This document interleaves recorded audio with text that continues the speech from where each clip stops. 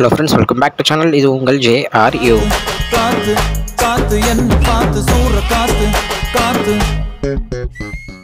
இன்றைக்கி நம்ம சேனலில் நம்ம விக்ரம் அவர்களுடைய நடிப்பில் வந்த தங்கலான் படத்தை பற்றின ஒரு சின்ன ரிவ்யூ வீடியோ தான் பார்க்க போகிறோம். ஆமாங்க, சில பல காரணங்களால் ஒரு 2 நாள் வீடியோ எதுவும் போடாமல் இருந்தேன். ஸோ போட முடியாத ஒரு சூழ்நிலை. ஸோ அதனால தான் போடலை.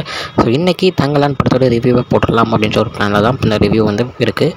ஸோ படத்தை எடுத்துக்கிட்டோம்னா பக்கா தேட்ரிக்கல் எக்ஸ்பீரியன்ஸ் உள்ள ஒரு படம்னா தங்கலான் அப்படின்னே சொல்லலாம். ஏன்னா அந்த மாதிரியான ஒரு தேட்ரிக்கல் எக்ஸ்பீரியன்ஸ் இந்த படத்தில் இருக்குங்க.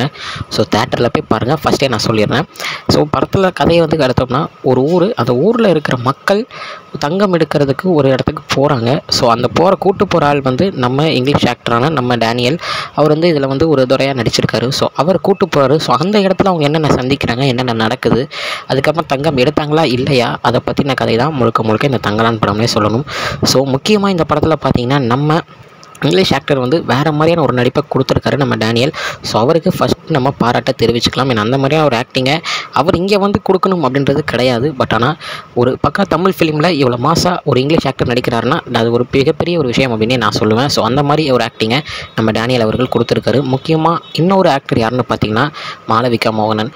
படத்தில் அவங்க தான் வில்லன். வேறு மாதிரியான ஒரு ஆக்டிங்கை கொடுத்துருக்காங்க. டைலாகே இல்லாமல் இருந்தாலும் அவங்களுடைய ஆக்டிங்கை வச்சே படத்தை கொண்டு போயிருக்காங்கன்னே சொல்லலாம். படத்தில் கொஞ்சம் சீன்ஸ் தான் அவங்களுக்கு கொடுத்துருக்காங்க. இருந்தாலும் அந்த கொஞ்சம் சீன்ஸில் அவங்களுடைய மாசை காமிச்சிருக்காங்க நம்ம மாளவிகா. ஸோ அவங்க இருக்கிற டைமில் ஸ்க்ரீன் ப்ரெசன்ஸை ஃபுல் அண்ட் ஃபுல் எடுத்திருக்காங்க அப்படின்னு நான் சொல்லுவேன்.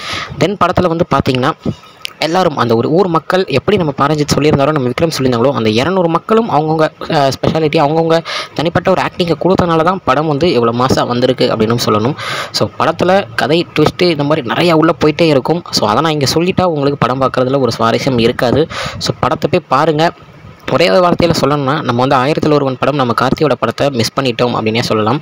ஏன்னா அப்படி ஒரு கதையை நம்ம செல்வராகவன் கொடுத்துருப்பாரு. பட் ஆனால் அப்போ யாருமே அதை செலிப்ரேட் பண்ணல. பட் ஆனால் ரொம்ப வருஷங்கள் கழித்து 10 வருஷம் கழித்து இந்த மாதிரி ஒரு படம் விட்டுட்டோமே அப்படின்னு எல்லாரும் சொல்ல ஆரம்பித்தோம். ஆனால் இந்த படத்தை அப்படி யாரும் பண்ணிடக்கூடாதுங்க. ஏன்னா அந்த மாதிரியான ஒரு கதையை நம்ம பாரஞ்சித் கொடுத்துருக்காரு நம்ம விக்ரம் மூலியமாக. ஸோ போய் தேட்டரில் பாருங்கள், ஃபேமிலியோடு பாருங்கள். ஃபேமிலியாக பார்க்குற ஒரு படம் தான், மிஸ் பண்ணிடாதீங்க. அந்த மாதிரியான ஒரு ஆக்டிங்கை நம்ம விக்ரம் கொடுத்துருக்காரு. கன்ஃபார்ம் இதுக்கு நேஷ்னல் அவார்டு கொடுக்கணும் அப்படின்ற அளவு ஒரு ஆக்டிங்கை கொடுத்துருக்காரு. ஒரு வாக்கு ஒன்று வச்சுருப்பாருங்க. அந்த வாக்கிலே வேறு மாதிரி இருக்கும். தென் முக்கியமான ஒன்று, ட்ரெய்லரில் நம்ம ஒன்று மிஸ் பண்ணியிருப்போம். அதை இந்த படத்தில் நீங்கள் புரிஞ்சுக்கிட்டால் கரெக்டாக கண்டுபிடிச்சிடலாம். அது என்ன நான் சொன்னால் படம் சுவாரஸ்யமாக இருக்காது. ஸோ நான் அதனால் சொல்லலை. அந்த விஷயம் இந்த படத்தில் ஃபஸ்ட்டே புரிஞ்சுக்கிட்டிங்கன்னா படத்தோட கதையோடவே நீங்கள் ட்ராவல் பண்ணிடலாம். இல்லைனா லைட்டாக கொஞ்சம் கொலாப்ஸ் ஆச்சுன்னா அதுக்கப்புறம் நீங்கள் படத்தோட கதையை புரிஞ்சிக்க முடியாமல் போயிடும். அதுக்காக சொல்கிறேன். ஸோ கவனமாக பார்க்கணும் அப்படின்றதுக்காகவே இந்த படம் எடுக்கப்பட்டிருக்காங்க. லைட்டாக நம்ம கவனக்குறைவாக இருந்துட்டோம்னா கதையை மிஸ் பண்ணிடுவோம். அதுக்கப்புறம் கதை எதுவுமே புரியாமல் போயிடும். ஸோ ஃபுல் அண்ட் ஃபுல் படத்தை நீங்கள் ஸ்டார்டிங்லேருந்து எண்டிங் வரைக்கும் மிஸ் பண்ணாமல் பார்த்தா தான் படத்தோட கதையை நீங்கள் புரிஞ்சிக்க முடியுங்க. படத்தோட நீங்கள் ட்ராவல் பண்ண முடியும். அதுக்கப்புறம் படத்தில் இன்னொரு பேக் போன் அப்படின்னு பார்த்தீங்கன்னா நம்ம ஜிவி பிரகாஷ். ஏன்னா அவருடைய மியூசிக்கில் படத்தை வேறு லெவலில் கொண்டு போயிருக்காரு. முக்கியமாக அந்த வார் சாங், அதாவது அந்த தங்கலான் பிஜிஎம் இருக்கட்டும், வர மினிக்கி சாங் இருக்கட்டும், ஸ்க்ரீன் ப்ரெசன்ஸ் வேறு மாதிரி இருக்குது. ஸோ தேட்டரில் பார்க்குற படம் தேட்டரில் போய் ஃபேமிலியோட பாருங்கள். பார்த்துட்டு எப்படி இருக்குது அப்படின்றத மறக்காமல் கமெண்டில் சொல்லுங்கள்.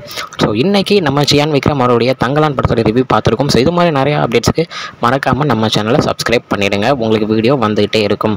ஓகே ஃப்ரெண்ட்ஸ், இன்னொரு வீடியோவில் உங்களை பார்க்குறேன். அது வரைக்கும் உங்கள்கிட்ட நடைபெறுறது உங்கள் Jaswin. Bye friends. Next video மறக்காமல் நம்ம சேனலை சப்ஸ்கிரைப் பண்ணிவிடுங்க. பாய் பாய்.